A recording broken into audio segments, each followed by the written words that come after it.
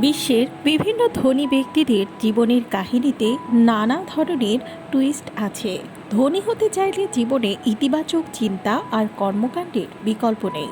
এর পাশাপাশি কয়েকটা বিষয় মাথায় রাখতে হবে। অর্থ উপার্জনের জন্য শুধু একটি নির্দিষ্ট কাজকে প্রাধান্য দেবেন না।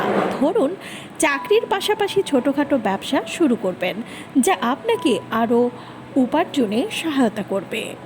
উচ্চাকাঙ্ক্ষী মানুষদের সাথেও মেলামেশা করবেন, এতে নিজের মধ্যে আত্মবিশ্বাস বেড়ে যাবে, যার ফলে লক্ষ্য পূরণে আরও এগিয়ে যেতে পারবেন। ছোটোখাটো বিষয় নিয়ে চিন্তা না করে বরং সবসময় বড় বিষয় নিয়ে ভাববেন। আপনার স্বপ্ন পূরণের ক্ষেত্রে কী কী করণীয় সেই বিষয়ে চিন্তার পরিধি আরও বাড়াবেন। বিভিন্ন খাতে অর্থ বিনিয়োগ করার মাধ্যমেও আপনি ভবিষ্যতে অর্থ সঞ্চয় করতে পারবেন, যা একসময় আপনার ধনী হওয়ার স্বপ্ন পূরণ করবে। যদিও বিনিয়োগে ঝুঁকি থাকে লস হওয়ার, তবে সাফল্য পেতে হলে তো ঝুঁকি একটু নিতেই হয়। অর্থ সঞ্চয়ের একমাত্র উপায় হলো মিতব্যয়িতা। আপনি যতটা বুঝে শুনে কম খরচ করতে পারবেন, ততই অর্থ জমাতে পারবেন। তাই বাজেট করে চলবেন। বিশ্বের যত ধনী ব্যক্তি আছে, তারাও প্রয়োজন ছাড়া বেশি অর্থ ব্যয় করতে বিশ্বাসী নন।